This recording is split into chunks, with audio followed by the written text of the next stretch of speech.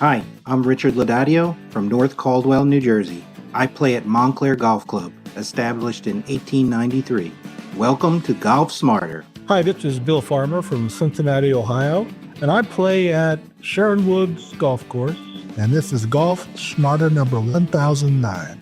Gary Player, who's one of the most gregarious, friendly people you could ever meet, loves to talk, loves to live life to the fullest at 89 years old. He'll be 90 in November, and he is a true scratch golfer. I had the thrill of a lifetime playing with him in May. Watched him shoot 73 like it was nothing and hit his drive 240 to 250 yards at 89 years old. But the thing that he told Adam and I when we played with him, he was not that level of friendly when he was playing tournament golf. He was focused. He didn't talk the way he talks now, and he was focused on winning tournaments. And 9 major championships on the regular tour and 9 major championships on the senior tour. He won the Grand Slam on both tours. The only player ever to do it. He has that track record to show for that laser focus.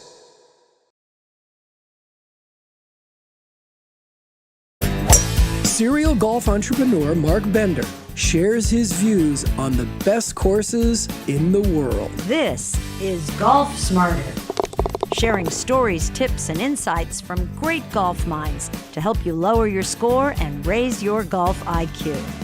Here's your host, Fred Green. Welcome to the Golf Smarter podcast, Marc. Great to be here with you, Fred. Thanks so much for having me. I'm excited to talk to you. We had a really interesting introduction to one another, and we had lunch together at the Masters on Wednesday at the Masters, eating in the Founders, what do they call it? The Founders, not cafeteria. The Founders Room. Lodge? The Founders Room. The Founders Room, yeah. And there were, half a dozen people sitting at the table. My host, Chet, was there, and you were with one of your partners. And there was another couple guys there, and Charlie Yates, who was our host, my host. How did you know Charlie? Oh, that's a great story. Yeah. So Charlie has been a good friend now for many years, and the golf world is very small, and there's a phrase that is out there that's pretty accurate that says the golf world gets smaller every day. And the short version is Charlie and I have a bunch of mutual friends, and we both follow a lot of different discussion boards with regards to golf course architecture and the fun debates that exist with regards to what golf course is more interesting than another, and do you like the older historic courses or do you like the newer modern style courses, and tree-lined courses that are tight with really challenging greens, most of the time sloping back to front with little nuances, or do you like modern architecture where you have so many of the great Tom Fazio courses that are out there and what have you, where the greens have a lot more shelves and terraces and different sections that allow for faster green speeds without the topsy-turvy, what they like to call potato chip shaped greens. So that's how we got to know each other. We have mutual friends, and we became fast friends. And obviously his touch to history in golf with his dad is really incredible, hearing the stories, and his passion for people who are passionate about golf is terrific. And he's one of the great people that I know. I'm curious about these debates about golf courses. Where do you stand? Well, I can appreciate the beauty of the historical courses and what makes them so different than the way golf courses are built today. As my really good friend Steve Smyers tells me, who's a golf course architect, and some of the courses in his resume include Old Memorial down in Tampa, which is a fabulous place founded by the owners of Outback Steakhouse, and his course Isleworth, which has been around since Tiger really lived there. And Steve was hired to basically Tiger-proof the course and get it ready for him to be his home training ground.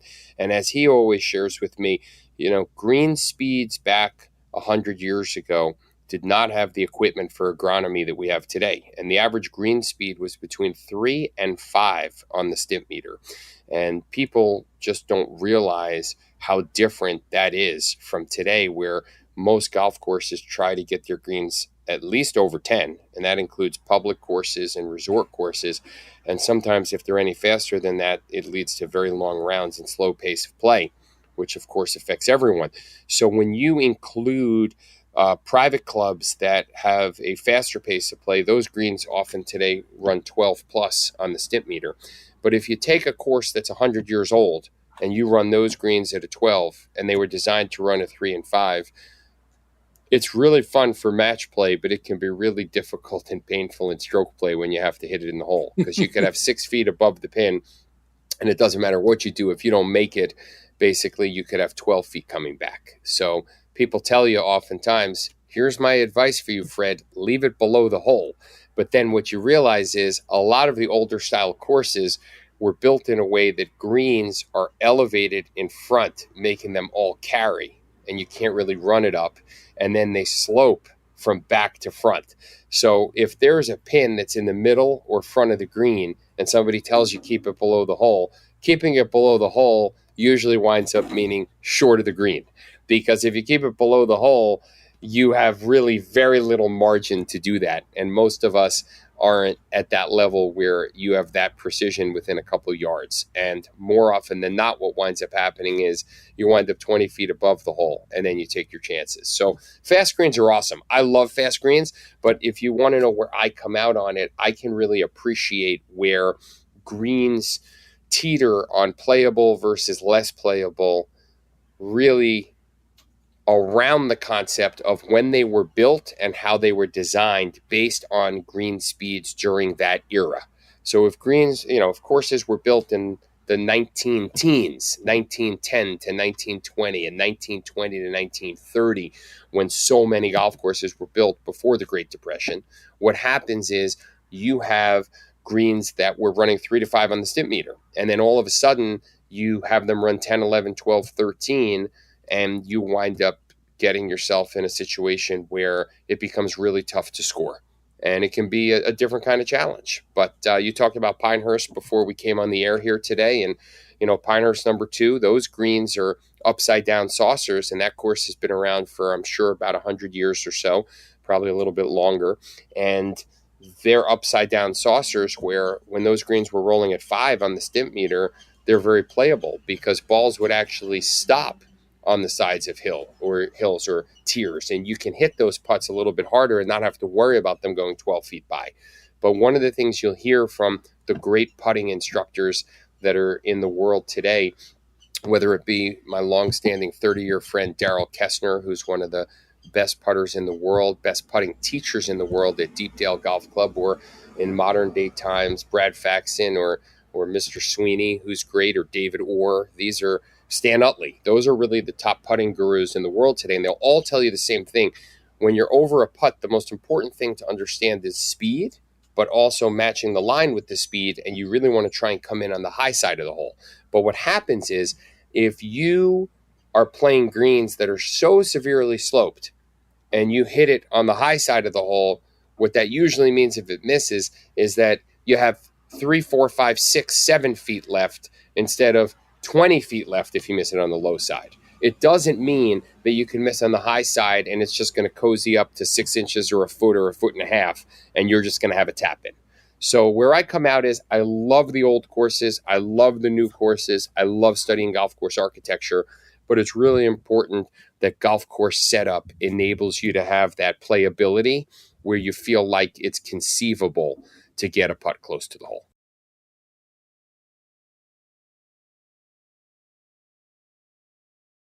So when you talk about the way golf course architecture has changed, especially on the greens, when did we see? I see old videos, and you'll see, Nicholas getting down for one of his putts long ago, and you can just see how thick the grass is there, and Right. how hard he has to hit it with his little blade, and it's barely rolling. Where when we were at the Masters, I was blown away that these guys were making a tap that looked like a 5-foot putt and it went 35 feet. Right. When did all of that change on greens occur? Yeah, that's a great question. I would say that I think really the turn of the century or the millennium in 2000 is when agronomy and technology really took off, which allowed a combination of grasses that could maintain and sustain green speeds that were much faster and firmer turf, where they didn't have to be overwatered as much, which makes them softer, and also where the rollers that they use today, which compacts the grass and has the ball roll that much smoother. And really, I describe it as the ball glides across the grass more, which is exactly what you were referring to, which you saw at the Masters. That really has been in the past 25 years. And there's a great Golf Digest little thing that you can search up and find that will show you what the green speeds were in 1997. And what that shows is that many of the courses that you today know to have some of the fastest greens were at a totally different speed relative to what people perceive them to have been back in 1977. So to give you some examples, I just pulled up the chart here. Congressional's greens were 6'4" on the Stimpmeter in 1977. It says that the Masters was 7'11", just under 8 on the Stimpmeter. Harbortown, one of Pete Dye's signature courses, Jack Nicklaus's first design that he did with Pete Dye back in, I believe it was back in the 60s or 70s. The greens averaged rolling a 5.1 on the Stimpmeter. Oakland Hills, fabulous course outside of Detroit, has hosted many, many major championships, and it's set to host many more. I still remember in 1996, Steve Jones winning the U.S. Open there and beating Davis Love III, who was charging and I think might have finished second.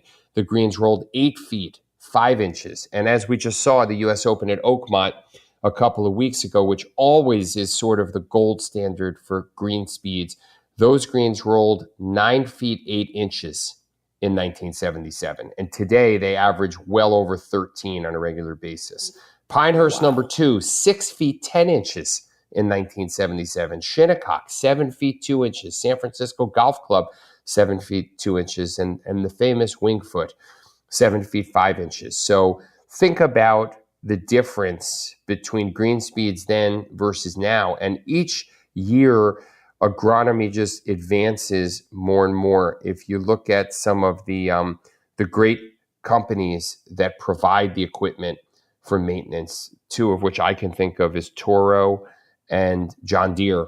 Their equipment allows for the compaction of grass to be greater.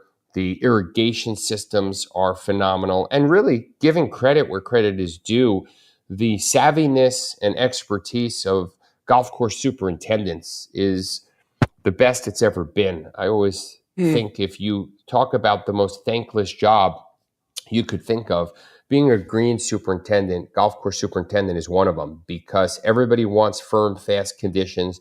Everybody wants perfectly rolling greens, but nobody wants to risk losing their greens or pushing them too far. And then when you get heat and humidity and moisture all coming together at the same time, you certainly risk running into a situation where greens can teeter on the wrong side of that aggressiveness, and you could really lose your greens for an entire season. So hats off to all the superintendents out there that work countless hours. They're up before dawn, and oftentimes they're there until the twilight hours. Amazing. And so who do you think in those years, I mean, you're talking about how around at the turn of the century, so then post that would be the Tiger era. Who do you think was hurt the most by those changes in green speeds being and grass being thicker? It's probably rolling truer now than it ever did before. Yeah. All those changes. Who do you think on tour, from your perspective, and you've watched closely, who has impacted the most and suffered from it? Well, that's an interesting question. I would say that the way most analysts, top teachers in golf, top putting gurus would explain it is that I know for me, putting has always been the best part of my game. So I love fast greens. If you give me greens up to 12 or 12 and a half on the Stimpmeter, I feel like I have great speed control and I'm going to outputt most people that I play with in terms of my putting stats and data. However, if you give me greens over 13 that have serious undulation, then I start to lose speed control because they're just so fast. And if you give me greens that are under 10 on the stimp meter, I'm going to look much more average. So what the conclusion to that insight gives you is exactly what the experts in putting and teaching will tell you, which is a poorer putter will always putt better on slower greens, and a better putter will always excel and putt better on faster greens. And the reason for that is getting your ball on the green within a 3-foot circle on slower greens is a lot easier than on faster greens because the margin of error is greater. You can hit a ball a little bit thin and it'll probably stop 3 or 4 feet past the hole. If you hit a ball a little bit thin on super fast greens that are going straight downhill away from you past the hole, you could have a ball roll completely off the green. And that's the difference. So it's really the players who have a poorer short game in terms of pitching, ability to spin the ball, understanding how to land the ball with the right trajectory and how it's going to react out of bunkers, really understanding on a lag putt what goes on past the hole. A lot of people that read greens will look at what's going on until the ball reaches the hole, but they may tend to forget what happens 3 feet after the hole. So the toughest pins on fast greens for sure are the ones that are on top of a little knob or on top of a little hill, because you have to hit the ball up to get to the hole. And then it looks fine as it's slowing down, but sometimes 2-3 feet past the hole, the ball runs away from you. And then all of a sudden you think, oh my goodness, that's not what it looked like it was going to do. And then you feel very silly. So there's this program out there now that's called Easy Hole Locator that gives you all the best pinnable positions to cut a hole. And sometimes they look like they're right on the edge of a green, and years ago no one would ever use those pins, but the area surrounding the hole is actually pretty flat and usable. What you want to make sure you do there is not short side yourself, because if you do, getting 20, 25 feet could be the best you possibly can. And again, giving my my great friend Steve Smyers some credit, who has really studied a lot of the data out there, and he follows Decade Golf Online, which gives you a lot of great insight in terms of how to play smart golf and how to save shots where you can, since we all know there are lots of things in golf that are out of your control, especially your misses. Golf is a game of misses. And if you can understand that and live that, you can appreciate that some of your best rounds will be the rounds not where you hit your best shots or the largest number of your best shots, but actually when you control your misses the best. Some of my best rounds have had the best misses. Very few, if any, of my best rounds have been me just hitting the ball the best I've ever hit it. So to that point, what happens is you aim for the middle of the green, as my friend Steve Smyers says, and rely on your lag putting, and you're going to always be in great shape if you're a good lag putter than firing at a pin that short sides yourself and gives you very little chance to get up and down. And here's a little fun fact for you. Many know, but some don't, that Tiger Woods is arguably the best putter ever to play golf. And if he's not, he's as good as any putter ever was. And the reason for that is that you may not even see that in his putting data in terms of, his average putts per round. And the reason is that he aimed for the fat part of the green more than any top player. And he would always say that if he got really close to a pin that was tucked, he probably didn't hit the shot that he was trying to hit. So he may have hit some of these heroic shots where a pin was cut 3 paces from the right edge of the green with a deep bunker right of the green if you miss it. And he may have aimed 30 feet left and tried to work the ball right and cut it into the hole. And basically the ball would bounce and spin towards the hole and take the natural terrain. Or he might have overcut it a little bit and it gets close. But when all is said and done, he was really happy to have 15 to 35 footers all day long, hit more greens in regulation than anyone else out there, considering he's one of the best iron players of all time, and just rely on being an incredible putter.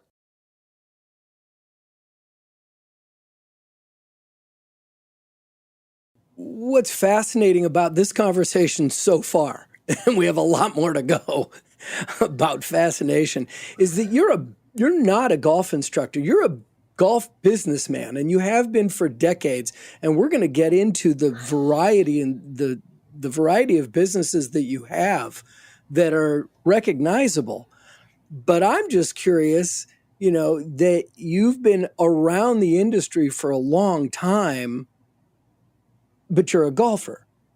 You're not a competitive golfer that I know of that, you may play in local tournaments and whatnot, but we're not watching you on the tour. We're watching you in the background doing deals.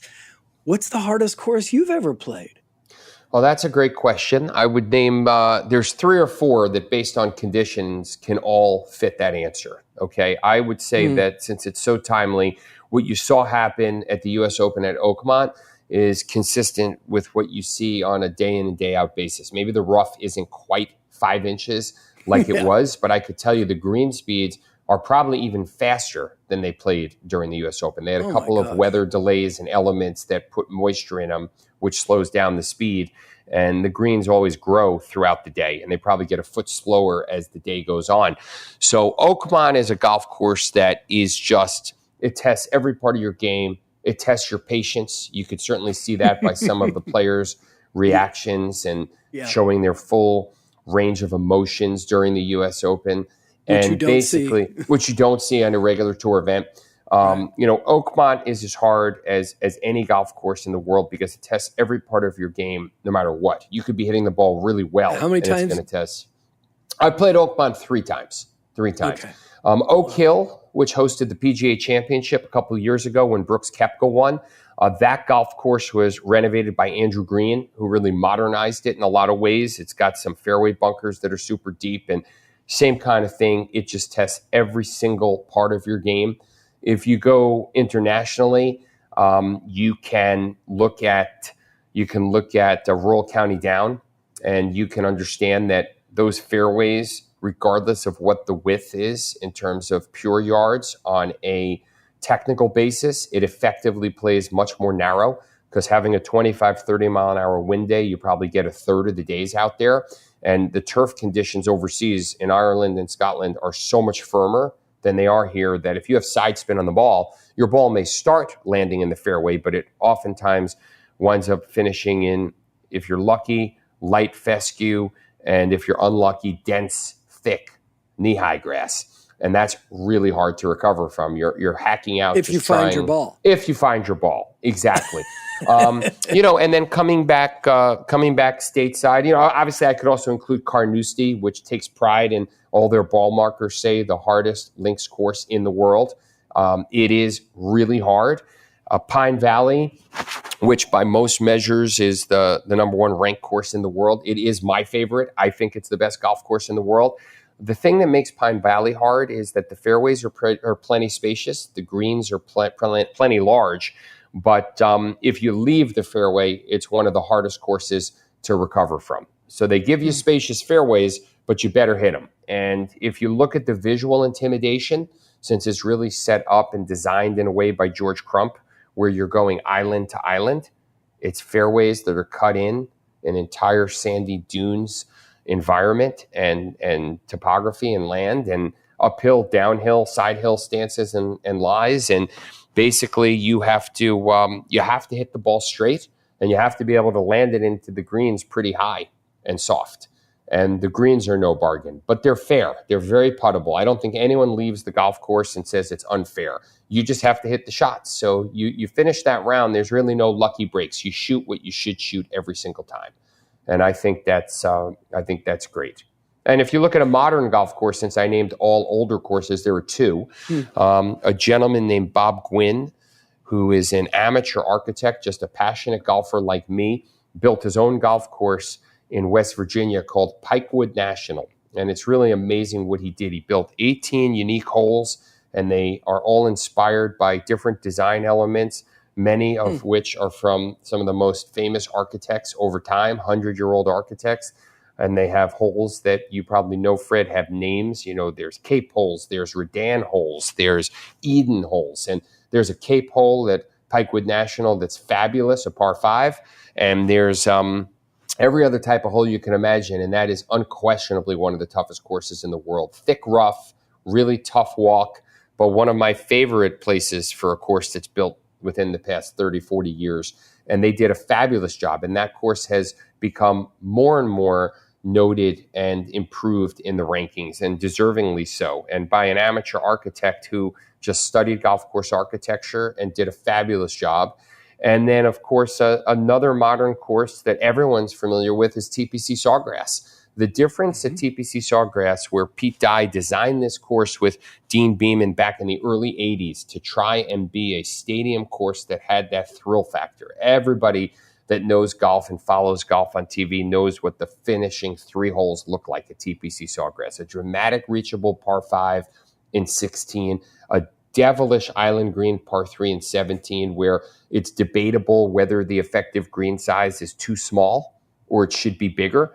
A lot of people will tell you it should be a couple thousand square feet bigger. A lot of people will say these are the best players in the world. They can hit a gap wedge or pitching wedge with precision.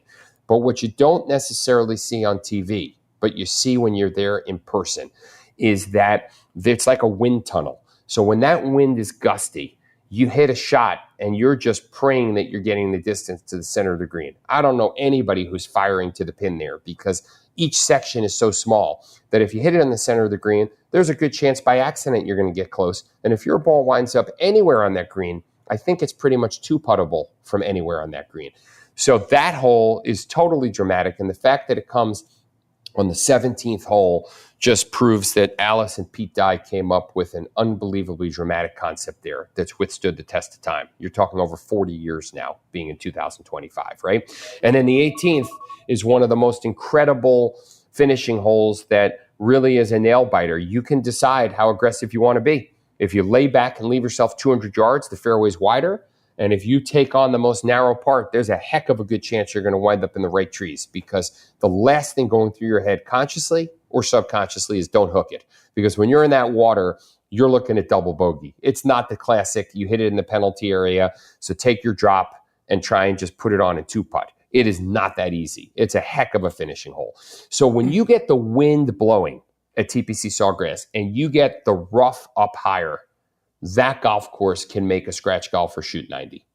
I can tell you from firsthand experience. I've shot 75 there, and I've shot 87. And on that 87, I didn't think I played too badly, but I caught it on a day there was 2-3 inches of thick Bermuda rough.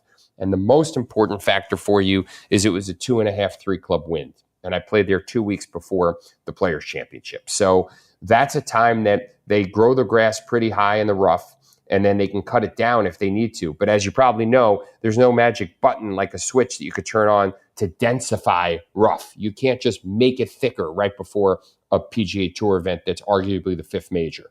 So that's my long-winded answer for the toughest courses I've played. Well, you clearly have a deep, deep appreciation of golf course architecture, and you have access. So, which is really rare for a golfer, but again, being a businessman. So what is it that you base your opinion on what makes a great golf course that you've played? Is it your score, or is the architecture, or that day? I mean, how do you come up with the answer of what's your favorite course? Yeah. Because I hate when people ask me what's your favorite course. Yeah, it's one of the toughest questions. You're asking great questions, because thank you. They don't necessarily, none of them have a right or wrong answer. We all know that golf course architecture, your favorite course, your least favorite course, is very subjective. For me, what I try really hard to do is have no emotion impact my opinions on golf courses in terms of the way I play. That doesn't mean emotion will not come into play if I think something is just totally unfair, or if I think the aesthetics are awful, but the golf course architecture is good.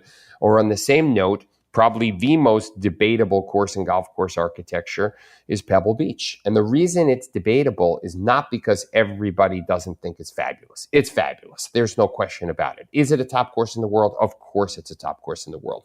The question that comes up, and again, I'm asking it in the form of a question, not giving you an opinion. And it's something for every one of your listeners to think about, something for you to think about, something that I think about, which is, how do the inland holes that are not on the ocean compare to the quality of the ocean holes? I think the statement that holds true for everyone who plays Pebble Beach is that the 6 or 7 holes that are on the ocean collectively are as good as any 6 or 7 holes in the world. They captivate you. The architecture of them is off the charts phenomenal. I agree with the statement that the second shot on the 8th hole at Pebble Beach is as good as any approach shot on any hole in the world. You stand up there and you almost wish time would stand still. Do you want to take a picture? Do you just want to walk around 360 degrees and take in the beauty and take a deep breath and say, of all the places I could be, if I love golf, there is no greater place than I could be standing than right here, right now. I know that Jack Nicklaus feels that way. I know that almost all the tour players that are walking up that hill on 8 before they see that dramatic drop with the green down below and a pretty long shot relative to a very small target. Something most people don't really understand is that the size of the greens at Pebble Beach are really small. And that's why the difficulty in scoring is what it is, because modern day courses have much bigger greens. The greens at Oakmont are probably, I think I saw a statistic that what a green was it? Maybe it was the 9th green at Oakmont was the equivalent of 6 greens at Pebble Beach, or 5 greens at Pebble Beach combined. Something, you can look it up and find it. And that does, we all know Oakmont's super tough and Pebble Beach can be super tough. Now, the question is, are the inland holes at Pebble Beach also fantastic, or would they be less fantastic if they weren't attached to the same course that has 6 or 7 of the greatest holes you'll find anywhere all in one spot? And I'm not here to give you that answer. I can ask the question and let everyone who's played Pebble Beach think about it, or who yearns to play Pebble Beach hopefully get the opportunity and privilege one day to play it and then make their own decision. I think the golf course is fabulous. I would never turn down an invite to go there. And it's clearly one of the great courses in the world. I have a lot of friends that have played hundreds, if not thousands of golf courses, and it's their favorite course by far. And I have lots of friends that say some of those inland holes don't really do it for them, and they're entitled to that opinion. So for me, it's a golf course that sort of takes me on a journey, captivates me for the 3.5 or 4 hours that I'm out there. And it just makes me have that feeling when I get off the 18th hole, if my time allowed me to, would I want to race back to the first tee and right then and there play the course again? Or do I say to myself, you know what, that was great. If I don't come back here for a couple of years, that's totally fine. And there are courses I could answer you in an easy way by not naming one, but naming a handful that give me that feeling when I finish the 18th green. And they would be Pine Valley. They'd be Royal Portrush, that's hosting the Open Championship in a couple of weeks coming up here. It would be Chicago Golf Club, that has no difference between the weakest hole and strongest hole, meaning all 18 holes that CB McDonald and Seth Rayner designed there are equally strong. If you sat in a room after a round and you asked 6 people who just played the round of golf there what their favorite 3 holes are, you very likely would have all 18 holes mentioned. And you don't get too many golf courses that say that. I think Marion is an unbelievable course. The routing on a small piece of property and small amount of acreage is off the charts incredible. It's just second to none in terms of the way that the land is used and not feeling like one hole is on top of the other. And to do that and accomplish the 18 unique holes that were built there is really just off the charts incredible. And in terms of just looking at what Hugh Wilson did there as an architect, it's pretty incredible. I think that if you look at the fact that Hugh Wilson, I believe, only designed Marion, and Mr. Founds only designed Oakmont, and the fact that those 2 gentlemen were able to build 2 top 10 courses in the world, in the country, however you want to look at it, we all know that they're fabulous. That's pretty incredible. But just to give you a fair answer, because I don't want to really only focus on courses, to your point, that everyone doesn't have access to, I want to include some of the real public access courses and resort courses, because that's what's been great about the past 12, 13 years, is there are so many courses being built that are publicly available, resort courses. You know, I think TPC Sawgrass is a fantastic challenge. It frustrates you and gives you a thrill factor. It teases you and lets you make a birdie, and then it takes it all away when you make a likely double bogey. Pinehurst is, iconic in the world of golf. They just continue to invest in the property. They just built course number 10, led by Tom Doak and his team, which I haven't been to yet, but I hear is fantastic. Gil Hands did course number 4 and redid it a few years ago. Bill Corr and Ben Crenshaw are designing what's going to be course 11. Reese Jones, who is a fabulous architect, has designed a course there. Tom Fazio has designed a course there, and he's one of the best of the best. And, I think that from that standpoint, there are so many modern courses that allow everyone a chance to experience this architecture. Streamsong in Florida has 3 courses. Gil Hands did 1. Tom Doak did another. Bill Corr and Ben Crenshaw did another. You'd never know you're in Florida. It's got dramatic land movement. It's so much fun. It's available for anybody to play. If people want to hear a hidden gem, there's a place called Lawsonia Links that is in Wisconsin that you may never have heard of. It's a couple-hour drive from Milwaukee. It's about $125 for a round of golf, and it's fantastic. It's loved by everybody. So there's one that hopefully should give people a treat if they just want to take a journey. Whistling Straits and Destination Kohler has so many great courses. Everyone talks about the Straits course, and basically they have the Irish links there that are great. Black Wolf Run that Pete Dye did, and he designed all the courses there, and they're great. And sort of finally for you, the one that most people know about that's hosting the Ryder Cup this September, Bethpage Black is as good as it gets. Bethpage Red, which is not nearly as well known as Bethpage Black. And Tillinghast, who designed Wingfoot, Quaker Ridge, Baltusrol, Somerset Hills, Baltimore Country Club, and Philadelphia Cricket Club, designed all the courses at Bethpage. And there are lots of people that you could ask that are great golfers that really understand architecture that'll tell you Bethpage Red is every bit as good as Bethpage Black. But everybody knows about Bethpage Black because they've seen the 2 U.S. Opens held there in 2002 and 2009, where Tiger and Lucas Glover won those U.S. Opens. And then they saw the PGA Championship held there that Brooks Koepka won. And then they're going to see the Ryder Cup this year. And all of that is featured on the Black course, where Reese Jones did an incredible renovation in 1998. And I know that because I had the thrill of qualifying for the 2000 New York State Open at Bethpage Black as an amateur. And that was an incredible experience for me, where I got to get beaten up by the golf course and see that I was pretty good, but not nearly as good at golf as I wished I were. So, anybody can play Bethpage Black and Bethpage Red and Bethpage Yellow and Blue, and they're all fabulous. And I love all these golf courses that I just mentioned. So there is no single course I would give you as that answer because, and by the way, I'll give you one more. There's a course we work closely with at one of our companies at TeeTimes USA and Golfpac Travel called Southern Dunes, right outside Orlando. It's 30 minutes outside Orlando, and we book customers there all the time. And Steve Smyers happens to have designed it. If he was on with us, he'd make a joke and he'd say it's his least controversial golf course that he designed because it's right in front of you. But if you think of Florida golf, many people who are golf course architecture aficionados will tell you that golf course architecture in Florida is pretty boring because the land is pretty flat and all you see is lakes and bunkers that look alike.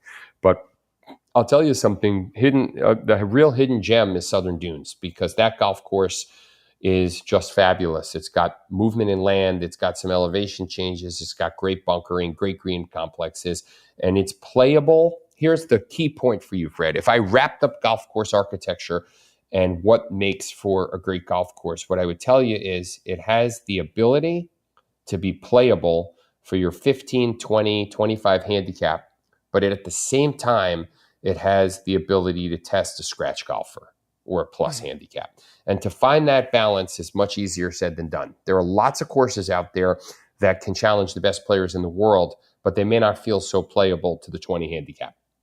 And since we all collectively that love golf want the game to grow, you want to make golf fun for people. And in doing that, you want them to feel like they're able to finish a hole.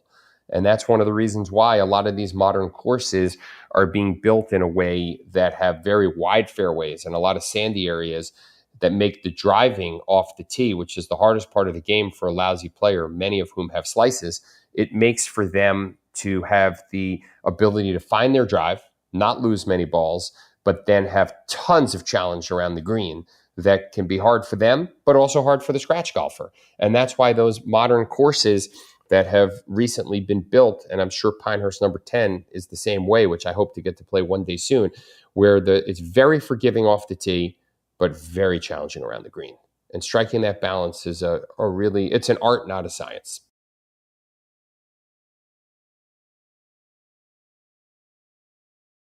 You have really thrown me for a loop here, because my intention was to dig into your businesses, and I'm still planning on doing that. But this is so fascinating, so interesting to me to talk to someone who has such great access as just a golfer. I'm assuming you're a very good golfer, but still, you're a golfer, right? But what you haven't mentioned in all of this is where we at Augusta National. How many times you played it? How many times you've been in the Masters? And what's your opinion of the course? Sorry to ask 3 questions at once. No. That's a good one. You give good answers, so I'll let you rip. Yeah. So, I mean, look, I've been very lucky that I've been able to play Augusta National before. I've played a couple rounds there. And what I could tell you is that, so first of all, I'm call it a 1 handicap day in and day out. And like anyone else, understanding how the handicap system works, my average score is around 75, because the handicap system takes your best 8 scores out of your most recent 20. It's not your average. Yeah. Exactly. It's really your potential. And I think that's a good thing, because most people wouldn't think I'm working hard enough if my handicap or average score were any lower. Well, I don't think it's a good thing when it comes to the gambling part of it. I think that should be your average score, not your potential. Right. I'm with you. Okay, That's a debate for another day. But, I try when I give those answers not to just give the obvious ones that have been talked about so much. And, Augusta National as a golf course, if you really study the history of it, has evolved tremendously over the years. There's been a lot of changes that have been made to keep up with modern technology. If you look at the distance of the course, when Tiger won his Masters with a record score, I think it was 18 under back in 1997, right after Sir Nick Faldo won in 96 when he won his 3rd green jacket. I think that the golf course was about 6,800 or 6,850 from the back tees. And now it's about 7,500. And the holes play very differently for some. And the way that they were designed to play by Bobby Jones and Alistair McKenzie in terms of the original design. I'll leave the debate of where that shakes out for traditionalists that want to have the course the way it's always played versus those who think that it needs to be protected and modernized. I'll leave that debate to others. I would just say to you that it's an incredibly special place. It just has a feeling like none other when you're on property, and that's separate from when the Masters is going on, but also when the Masters is going on. I think the golf course has everything you could ever want. It's got downhill lies, uphill lies, downhill holes, uphill holes, flat holes, dramatic holes that test every part of your game.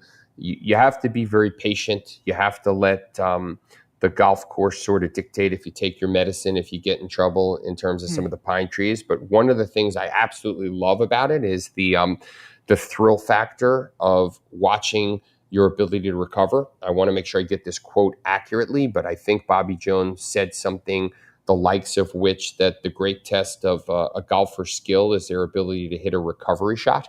And a recovery shot can be defined a couple different ways. It could be a chip out when you have to take your medicine, because that's the high percentage play, because trying to hit the heroic shot just is too lower percentage chance. I've definitely been victim of playing too aggressively at times, and I kick myself after. I always say that, I'm not the sharpest knife in the drawer as a golfer, because my goal each round has nothing to do with scoring. It has to do with if I can get through a round feeling like I made no mental mistakes. And believe me, we could have a whole episode for you on the mental side of the game. I've been lucky enough to get to know Bob Rotella over the years, and you don't even need to know him. You could just read his books, and it would help everyone if you understand it. If you understand that golf is a game of misses, what do those words actually mean? They're not just words. It's understanding that you don't want to go from bad to worse in golf. You want to go from bad to recovering. Give yourself a chance to save par, but make a bogey at worst. I think for any golfer at any level, if you can avoid no worse than bogey. If you're a low handicap, it's never going to hurt you too bad. If you can avoid no worse than double bogey, if you're a lesser skilled golfer, it won't hurt you as bad as a triple or quadruple. And the easiest lesson to learn in golf is that it's a heck of a lot easier to save shots than to get them back. Your birdie to bogey ratio is really not going to match up unless you're a top 100 player in the world. So if you can avoid double bogeys and just make your share of birdies, or avoid triple bogeys and make your share of pars if you're a 20 handicap, that'll help you a lot. In terms of the Masters, there's no experience like it. I've been very lucky. I've taken my dad to the Masters numerous times, and it's been our greatest memories you could possibly imagine. You're just in an environment where, look at how you talk about agronomy and how it's evolved. Look at how technology has evolved. Where do you go where for 8, 9, 10 straight hours you don't have a cell phone in your pocket? You are just sitting there. There's no phones ringing. Your pocket isn't vibrating. You're not hearing the noise of a text message. You're just in the open air on a historic golf course. That's one of the 2 golf courses that Bobby Jones, the greatest amateur golfer of all time, had a hand in designing. And the other one, by the way, is Peachtree, which in that regard is absolutely as favorite a course I have as anywhere. So I didn't mention that earlier, but it's one of the 2 courses that Bobby Jones had a big hand in designing. He designed Peachtree with Robert Trent Jones, and that golf course is near perfection, if not perfection. But going back to the Masters, everything about the way the event is run, from what Chairman Johnson did to Chairman Payne to now Chairman Ridley, how many things can you say as a sporting event somehow ups their game and gets better every single year? Very, very few, right? The Super Bowl is an iconic event. It's incredible. Everybody gets all excited. You have the 2 weeks off leading up to it. Nobody watches a sporting event more than the Super Bowl is watched, but the event itself is very similar year after year. There's different teams and there's a different venue, and that city where the venue is highlighted. And the Masters takes place at the same site every single year. But on the same note, you have something that gets better and better. And from a patron experience, you have nothing like it. It's spotless. The snacks, the food and beverage, the sandwiches, it's affordable for everyone. The system in which you can get tickets, where it's a lottery and everyone can enter the lottery, and they're very clear in terms of making that lottery accessible, and everyone knows when it starts. And yes, it is what it's called. It's a lottery. So you might have years and years of being disappointed, but if you actually get a ticket and a chance to experience it, the parking, there's enough spots for everybody to be able to park a car there. If you want to go by rideshare and go by that form of transportation, you can get dropped off at a central point, and it's an easy access in. And you look at just the practice facility, and it looks just as good as the course. And, if you love golf and you don't love the Masters, you need your head examined. The fact that it's in the same location every year, but what Jim Nance and I talked about on episode 1000 is how the Masters has become the rite of spring. It announces that golf season is here. And it's even become more important in the sports world than spring training, which used to be really important, seems to have faded a bit. But the Masters continues to grow in importance in the golf world and in the sports world every year. Yeah, for sure. It does. And Jim coining the phrase "a tradition unlike any other" is as spot on as you can get, because if you like golf, when the first week of April comes along and you know that next week the Masters is coming around, it just kicks off the golf season, and it just sets the tone in a way that nothing else does. And my whole life I've wanted to actually be, believe it or not, a golf commentator. And I just idolize Jim in terms of the way, thank you, in terms of the way he captures the moment. And, it is true that some people may think it's corny or what have you, but when he says, "Hello, friends," you really do think that he's talking to you. And then he says, "Welcome to the Masters, a tradition unlike any other."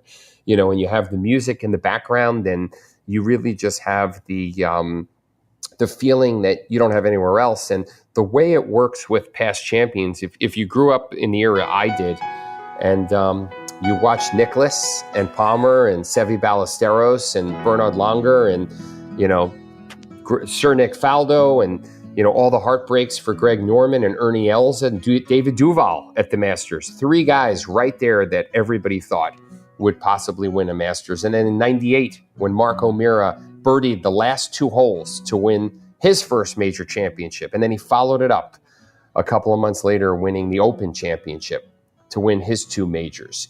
He's the first person ever, Mark O'Meara, to birdie the 71st and 72nd hole at the Masters to win. And you just think about what that means to everybody in terms of the players that you're most drawn to. And the fact that those players play well into their 60s and try everything they can to compete on a course that gets very long for them very quickly as they age, but they're still allowed to. And Freddie Couples, who in golf doesn't love Freddie? You think about how meant to be it was when his ball hung up on the 12th hole in the final round of the Masters in 1992 for him to go on to get up and down and win his one and only major. So just these conversations, if you bring up the Masters to anyone who loves golf, you'll have this conversation and we could take up the whole show talking about it. So that tells you right there how special an event it is compared to any other event, really in sports, but certainly in golf.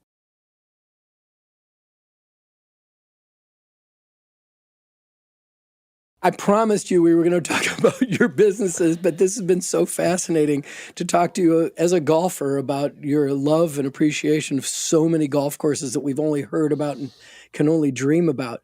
But you've got, you're a managing partner with all these different companies. I don't even know where to start. I'm going to let you start with, where would you start when you talk about your various businesses in golf? Yeah, no, look, I appreciate the opportunity, Fred. It's great to be able to talk about what we've done. So, my background is I'm a lawyer by training and have a legal background. And then I worked for a family office for about 8 years right out of law school, all of which happened by accident. I was all excited to be either an entertainment lawyer or a trial attorney or a corporate attorney.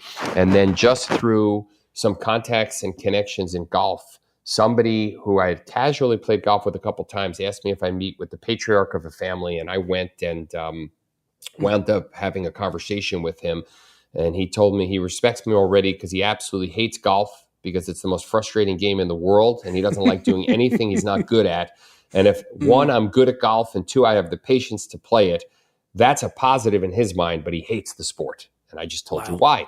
So I worked with him for about 8 years and worked my way up to become a part of the senior management team there and continued to build out my golf network through some of the people that I met over the years. And that's how I really got into spending time studying golf course architecture. And then I wound up working for a couple of other Wall Street firms. And then a really good golf buddy of mine going back to the late 1990s, Adam Wachter, who's my business partner today, came up to me and he approached me and said, "Hey, I found a business that we should buy together." And the company was called TeeTimes USA. It's been around since 1991.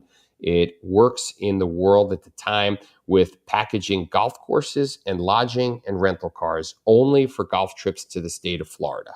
Now, keep in mind that you're talking about 97, 98% of the TeeTimes USA customers that are getting on an airplane. So they're booking their golf vacations far in advance, and being able to have access to the tee sheets of these courses to get those customers the courses that they want, when they want, on the days of the week that they want, is a real advantage when you factor in that as a company, TeeTimes USA has no service fees, and we get paid by our partner properties. We collect the money from the customers and we transact with customers, but basically we don't charge them anything for our service. And we have the beauty of being able to give them unbiased advice. And the vast majority of the TeeTimes USA customers, figure 80% of them, are on a budget.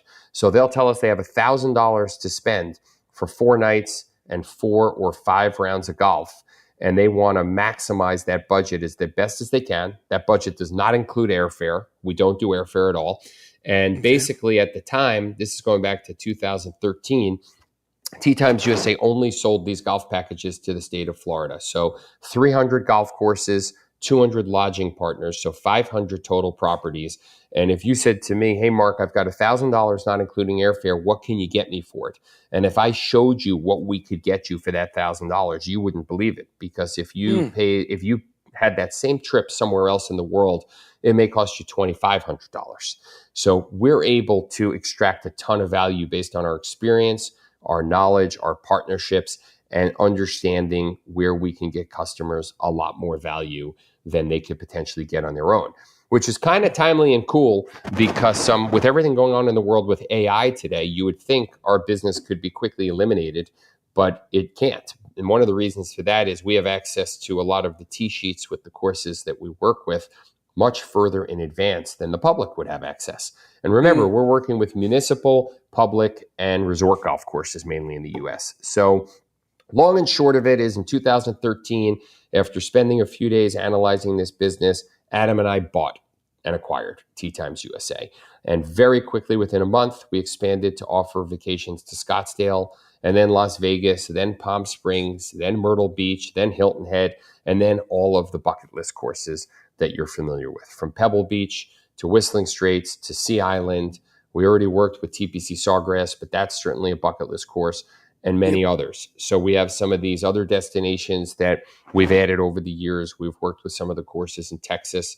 We're adding St. George, Utah to our offering, which has some great courses. We work with Traverse City in Michigan that has some great courses. And we just love to bring customers as much value as we possibly can with truly unbiased advice, because we make basically the same amount of money wherever we send our customers. So we want to send them to the places where we think it's going to match their personalities, their skill levels, and what they're trying to accomplish with their trip. Are they trying to just play as much golf as they can at the best courses they can, or do they really want the championship courses that are the greatest test of golf for highly skilled golfers? So that's how TeeTimes USA came about, and I left Wall Street cold turkey at that point and was like a plug and play. I left on a Friday, started with Adam on a Monday, and the next thing I knew, we were commuting from New York to Florida every week for the next 7 months to try and get our arms around the business that was based 1,000 miles away from home. So we did that for 3 years. And then a company called Golfpac Travel, which was our biggest competitor, the owner was in his late 60s and wanted to retire and kind of hounded us to acquire him. And short version of a much longer story is we did. And as I speak to you today, we own both Golfpac Travel and TeeTimes USA. Pretty similar companies in terms of what they do, but a very loyal following to their brands. So we have a lot of people. Our average person in sales has been with us over 10 years, tremendous experience, really cares about our customers. And again, they're not positioned to push certain properties more than others. We definitely have properties that we think deliver the best customer experience. So we push those, just trying to make sure customers feel like they have great value in what they do. And, we work with 1,000 properties now in the U.S. and the Caribbean. And Golfpac Travel has been around since 1975, the year I was born. So they are the original golf tour operator. And the difference between what they do and what TeeTimes USA does versus a travel agency is that we are a seller of travel, not a travel agency. And we don't charge our customers any service fees at all for what we do. Customers book groups and they have changes, and we let them make as many changes as they need to, and we don't charge them any change fees whatsoever. So we have a lot of patience. We have a lot of overhead that we carry in terms of our sales team, our terrific admin team, our management team. And we do that just to make sure that we can just be the industry leader in service, really throughout all our companies, but certainly on the domestic side within the U.S. and the Caribbean. And where did that lead to next? What was the third company? Yeah, the third company Another travel company? No, we actually have a golf gift card called Go Play Golf, which that will lead us into a whole nother conversation, because we have a partnership with the PGA of America on multiple levels, one of which is that golf card is sold at over 35,000 retail stores. So in the U.S., if you go to your local pharmacy, you go to Walmart, you go to Target, you go to whatever the supermarket chain is in your area, whether it's Kroger, whether it's Albertsons, whether it's Publix if you're in Florida or Georgia, you will see our gift card on the gift card rack. You'll see about 12 Starbucks gift cards, and then you'll see a gift card that says golf in bright green. And that gift card will stand out, and it's the anything, everything golf gift card. It could be used to play golf at 5,000 public or resort courses. So wherever anyone lives, there's an option to use it to play golf locally.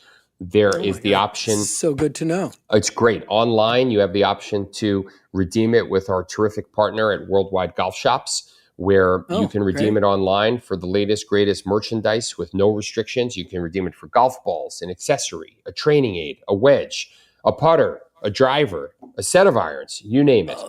This is amazing because just recently my daughter-in-law said, I need to buy a golf gift for a client of mine. What should I get? I'm like, I now have something to give her. The a Go strong Play answer. Golf gift card is your answer. The Go Play Golf So gift it can be card. redeemed Absolutely. for a lesson with a PGA Pro. So Yep. we work with the PGA of America to facilitate that. It can be redeemed and converted to Topgolf, which is so much fun. So if you're an off-course golfer that really wants the entertainment side of things, or a bar and grill, you can take it and go. We can go to Topgolf and you can redeem it there. You can redeem it for a pinned rangefinder online. So you have a distance measuring device, which is great because it speeds up the pace of play. And it's pretty versatile. So there's a lot of things that it can be redeemed for. And that's a company that we acquired back in 2018. And what was the next company you acquired? Next company was my shirt right here, Hidden Links. So Hidden right after Links. COVID began, that was a tough time in the industry for international travel because, as you know, Yep. coming from the U.S., you really couldn't go too many places, certainly not internationally. And we acquired Hidden Links, and that was really, I would say, the missing piece to our puzzle in terms of our domestic travel brands because it was the perfect complement. We actually did, through Golfpac Travel, have an international arm called Golfpac International. And then we had one called Golfpac Scotland and Ireland, which was really just a rebrand. But the reality is that we were not anywhere near the presence we wanted to be. We were a very tiny player in this space. And then when the opportunity presented itself to acquire Hidden Links right at the beginning of COVID 5 years ago, we jumped all over it. And we were just very lucky to be able to successfully get that to the finish line. And here we are 5 years later. The business has a much bigger presence in the marketplace. It's a much higher end type of customer because by definition, the trip is just much more expensive. But taking a trip to Scotland and Ireland or England or Wales to play golf is like none other because it allows you the opportunity to understand the history of golf, where it all came from, potentially play St. Andrews and the home of golf. We're lucky enough to be an authorized provider that allows us to sell some guaranteed tee times on the old course at St. Andrews. And what's really nice is that's a very regulated price point and package. So anyone that you book it with should be selling it for the exact same. But it's quite costly. And it's quite costly because there's only a small percentage of the total tee times that are available to be guaranteed. Everyone else goes into one of the types of lotteries where you can basically, be in have fair competition with everyone else to get on the old course. But we work with so many courses that have been around for hundreds of years. And we just love it more than anything because just like the name would sound, Hidden Links, we're giving our customers a lot of hidden gems that go above and beyond the most famous courses that everyone's heard of, whether it be the Muirfields or the old course at St. Andrews or Carnoustie or Rural Portrush or Rural County Down or Turnberry or Rural Troon. Most of those courses people have heard of, but there's a lot of courses we work with that people haven't heard of. And many times because they don't have high expectations for a course that they're unfamiliar with, those courses become some of the favorite parts of everyone's trip. And it's a great way for us to add rounds to people's packages, and they get to have a longer trip and get to play these hidden gems.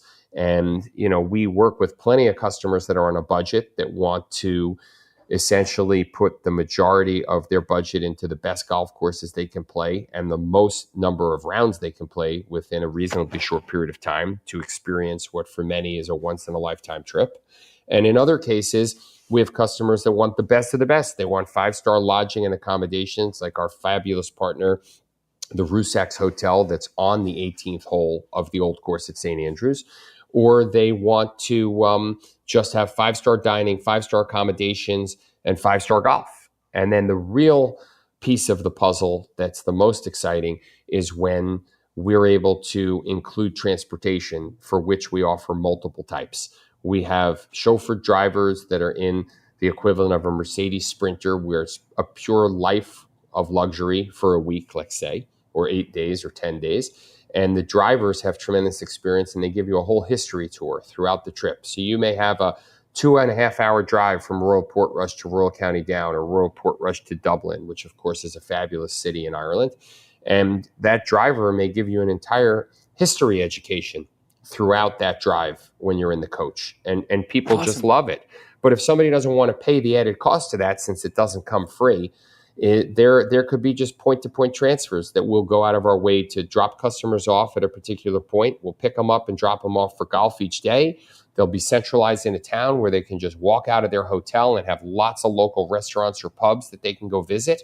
And they'll just have a great time that way, and they'll be saving a lot of money. So there's tons of value that is embedded in that trip for every customer we work with, regardless of how big or small their budget is. But we just want to make sure everyone has a great time. And shortly after acquiring that company, about a year into it, we partnered with Sir Nick Faldo, who became our global ambassador.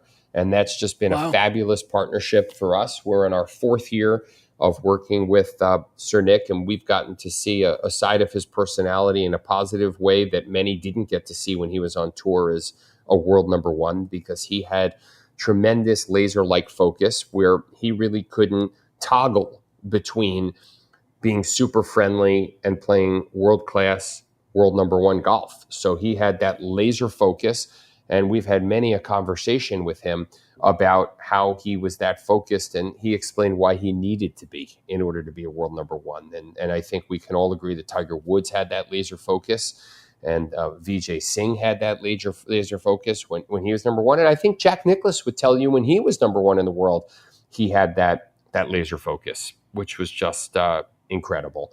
And Gary Player, who's one of the most gregarious, friendly people you could ever meet, loves to talk, loves to live life to the fullest at 89 years old, nearly 90. He'll be 90 in November. And he is a true scratch golfer at 89 years old. I had the thrill of a lifetime playing with him in May, just a couple of months ago, and watched him shoot 73 like it was nothing and hit his drive 240 to 250 yards at 89 years old. But the thing that he told Adam and I when we played with him is that he was not that level of friendly when he was playing tournament golf on tour. He was focused. He didn't talk the way he talks now, and he was focused on winning tournaments. And 9 major championships on the regular tour later, and 9 major championships on the senior tour later. He won the Grand Slam on both tours, the only player ever to do it. He has that track record to show for that laser focus. So we've had a great partnership. Sorry I got off on a tangent there, but hopefully it was entertaining and fun, because we've had a great partnership with Sir Nick. He's been fabulous in our commercials. We just filmed what I think is our 7th commercial in Ireland that launched on the Golf Channel during the U.S. Open, where we filmed at the spectacular Old Head, which rivals the views at Pebble Beach, with many holes meandering on a peninsula around the ocean and right on an ocean setting. And dramatically, Nick Faldo needs to skydive to make it to meet Adam and I, of all people, on the first tee to make his tee time. And he's never late for a tee time.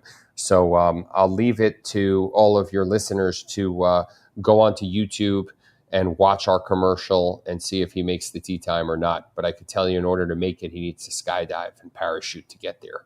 So It's pretty dramatic and exciting and a lot of fun, and hopefully pretty memorable, and gets everyone excited to want to play a course like Old Head.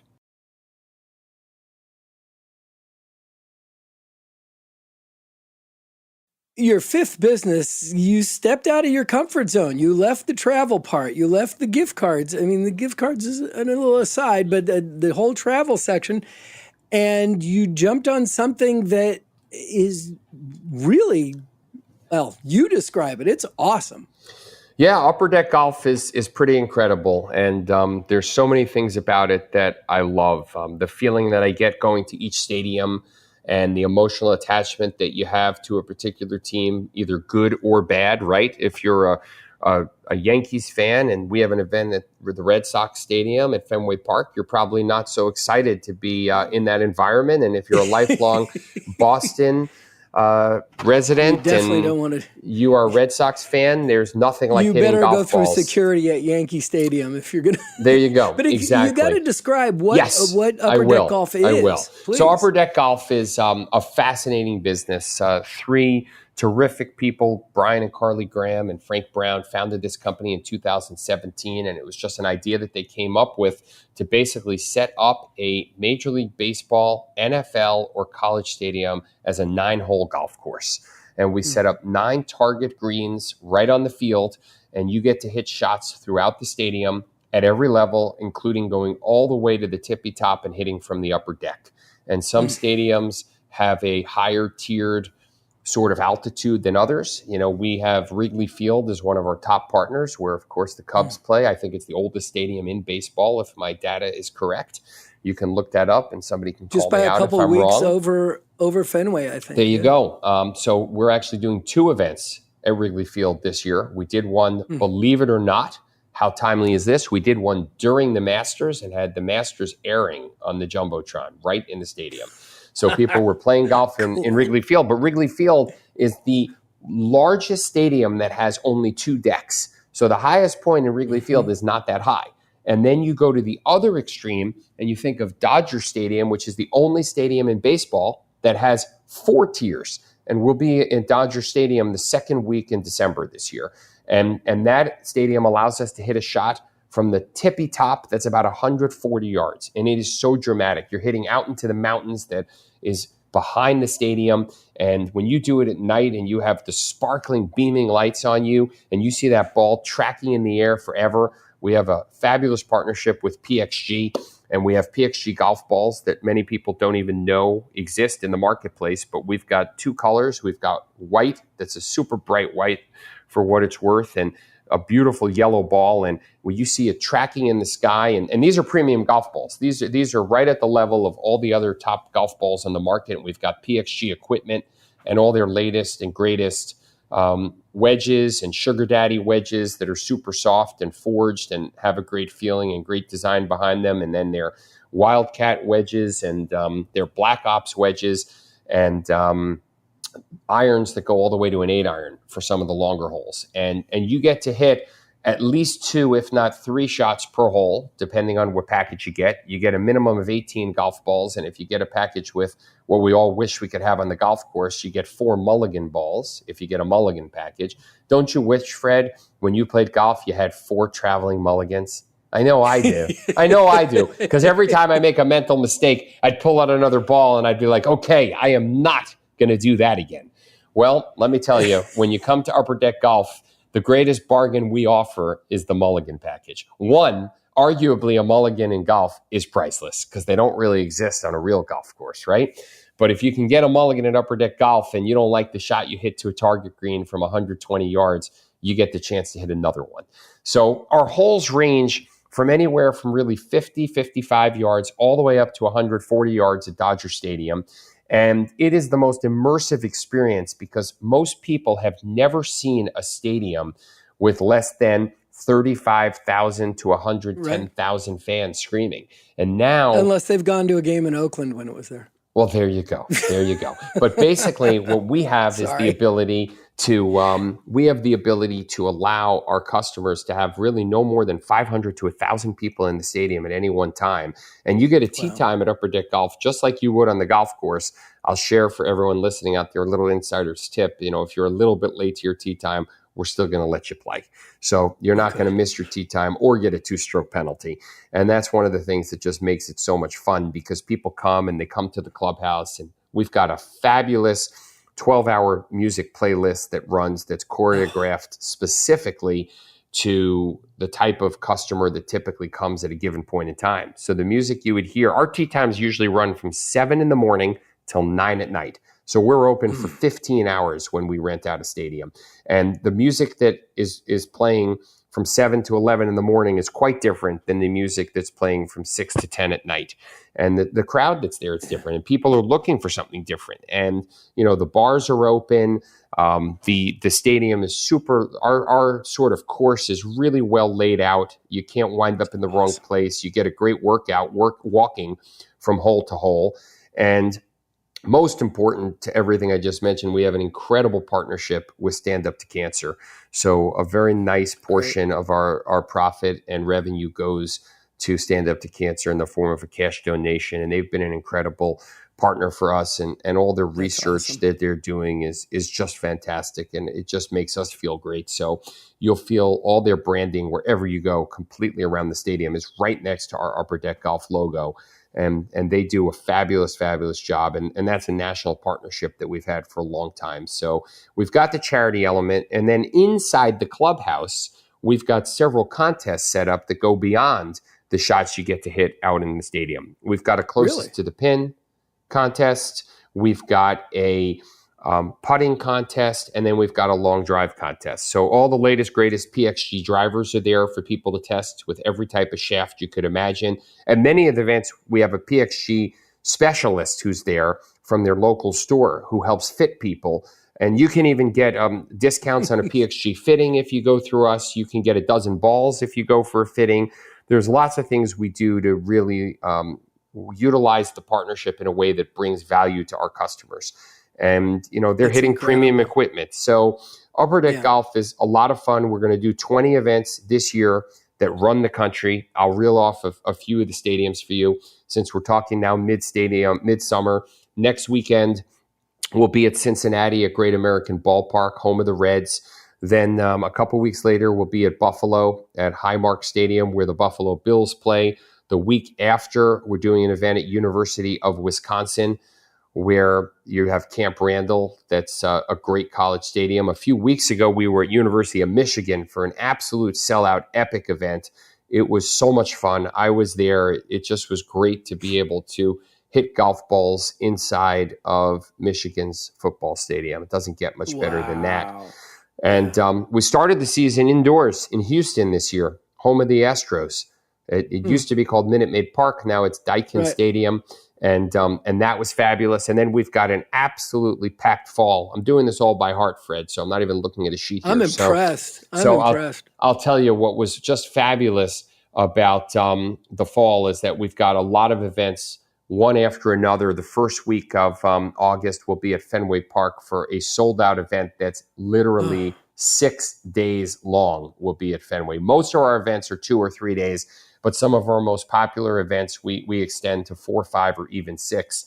And we basically go from Fenway Park to Seattle, where we'll go to Lumen Field, home of the Seahawks. We'll be there August 22nd and 23rd.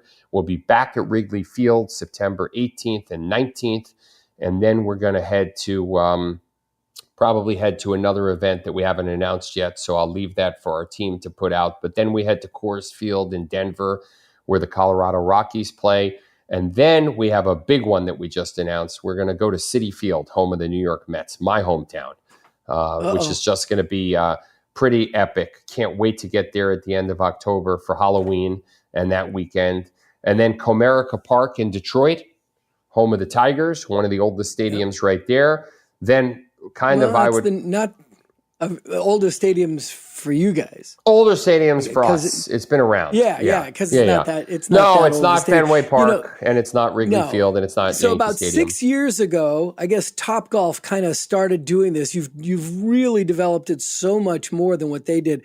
They did one in San Francisco, and I went out with some listeners. And we had, as they did their event, where it was just trying to hit targets like Topgolf. Yep. It wasn't playing 9 holes like you're doing now.